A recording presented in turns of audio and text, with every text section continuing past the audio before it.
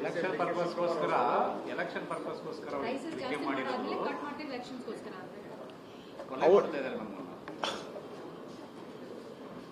ಈಗಾಗಲೇ ತುಪ್ಪದ ಬೆಲೆಯನ್ನ ಕೇಂದ್ರ ಸರ್ಕಾರ GSTಯನ್ನು ಇಳಿಸಿದಾಗ ಏರಿಕೆ ಮಾಡಿದವರು ಯಾರು? ಅವಾಗ ಇದೇ ಕಾಂಗ್ರೆಸ್ ಸರ್ಕಾರ ತಾನೇ ಕೊಲೆ ಮಾಡಿದ್ದು. ಈಗ ಬೆಲೆ ಕಡಿಮೆ ಮಾಡಿದ್ದು ಈ ದೇಶದ ಆರಾಧ್ಯ ಪುರುಷ, ಮರ್ಯಾದ ಪುರುಷ ಶ್ರೀರಾಮನ ನವಮಿ, ಶ್ರೀರಾಮನ ಪಟ್ಟಾಭಿಷೇಕದ ದಿನ ಇವತ್ತು. ರಾಮನವಮಿ ನಮಗೆಲ್ಲ ಪವಿತ್ರವಾದಂಥ ಹಬ್ಬ.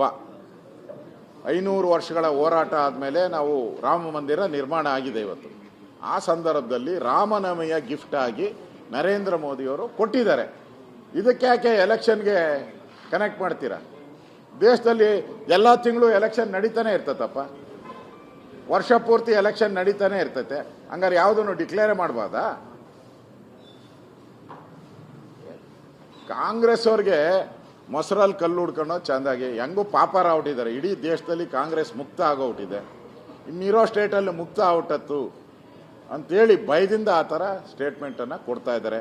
ಮೋದಿಯವರು ಶ್ರೀರಾಮನವಮಿಯ ಗಿಫ್ಟ್ ಆಗಿ ಈ ತೆರಿಗೆಯನ್ನು ಇಳಿಸಿದ್ದಾರೆ. ನಾನು ಅಭಿನಂದನೆ ಸಲ್ಲಿಸ್ತೀನಿ.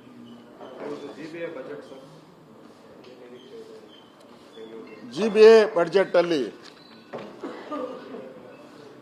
ಅದೇನೋ ಹೇಳ್ತಾರಲ್ಲ, ಪಾಪರ್ ಆಗಿರುವಂಥ 5 ಕಾರ್ಪೊರೇಷನ್ಗಳು ಹಣದ ಕೊರತೆ, ಸಂಬಳ ಕೊಡೋಕ್ಕೂ ಕಾಸಿಲ್ಲ. ಇನ್ನು ಬಡ್ಜೆಟ್ ಏನು ಮಾಡ್ತಾರೆ ಅವರು? ಸಂಬಳ ಕೊಡೋಕೆ ದುಡ್ಡಿದ್ರೆ ಬಡ್ಜೆಟ್ ಮಾಡ್ಬೋದು. ಈಗ ಅವರು 48 ಪಾಪರ ಆಗಿಲ್ಲ ಅಂತ ಇಟ್ಕೊಳ್ಳಿ. ಅವ್ರು ಹೇಳ್ತಾರೆ ನಾವು ಪಾಪರ, ಹಂಗಾರೆ 48,000 ಕೋಟಿ ಬಾಂಡ್ ಯಾಕೆ ತಗೊತಾ ಇದ್ದೀರ? ನಿಮ್ಮ ಹತ್ರ ದುಡ್ಡಿದ್ರೆ ನೀವೇ ಬ್ಯಾಂಕಿಗೆ ಕೊಡ್ಬೋದಲ್ಲ. ನಮ್ಮ ದುಡ್ಡು ಜಾಸ್ತಿ ಇದೆಯಪ್ಪ, ಡಿಪಾಸಿಟ್ ಮಾಡ್ತೀರಿ ಅಂತ. ಅದಲ್ಲ, ನೀವು ಜನಗಳ ಮೇಲೆ ಬಾಂಡ್ ಹಾಕಿ ಸರ್ಕಾರಿ ಕಚೇರಿಗಳನ್ನು ಉಪಯೋಗ ಮಾಡ್ಕೊಂಡು ಆ ಬಾಂಡ್ಗಳನ್ನು ಸೇಲ್ ಮಾಡ್ತೀರ ನೀವು.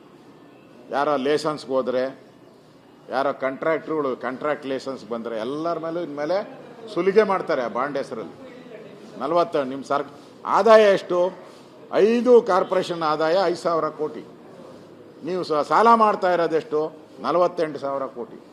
ಅಂದರೆ ನಾವು, ನಮ್ಮ ಮಕ್ಕಳು, ಬೆಂಗಳೂರಲ್ಲಿರೋರು, ನಾವು, ನಮ್ಮ ಮಕ್ಕಳು, ಮೊಮ್ಮಕ್ಕಳು, ಮರಿಮಕ್ಕಳು, ಇಷ್ಟು ಜನ ತೀರಿಸಿದ್ರು ಈ 48,000 ಕೋಟಿನ ತೀರ್ಸೋಕ್ಕಾಗಲ್ಲ.